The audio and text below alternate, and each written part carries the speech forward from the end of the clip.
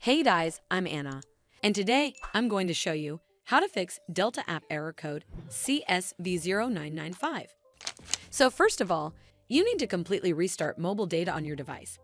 Swipe down from the top right of the screen to open up the control center. Over here, in the top left, you'll see a circular icon that looks like an antenna with radio waves around it. And if this icon is green, that means cellular data is turned on.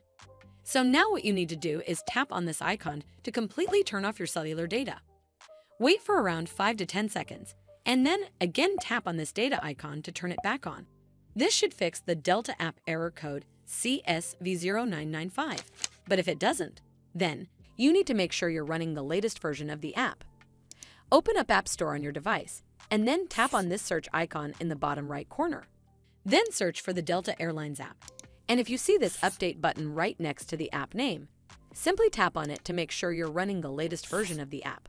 This should fix the Delta app error code CSV0995. But if it doesn't, then you need to clear App Cache. Go to your device settings and then scroll all the way down to General and tap on it. Then tap on iPhone Storage.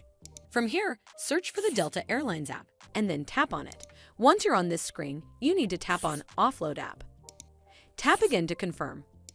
It'll take a bit for processing, and then a reinstall button will show up. Simply tap on it to reinstall the app. This should fix the Delta app error code CSV0995. But if it doesn't, then you need to completely reinstall the app. Follow the on-screen instructions to navigate all the way to the app page. Once you're on this screen, tap on Delete App to uninstall the app from your device. Once uninstalled, you need to open up App Store and then search for the Delta Airlines app right over here in the search bar, and then click on this Get button to install it back on your device. Well, that's how you fix Delta app error code CSV0995. I hope you found this video helpful, and if you did, make sure you give it a thumbs up to see more videos like this, and don't forget to hit that subscribe button.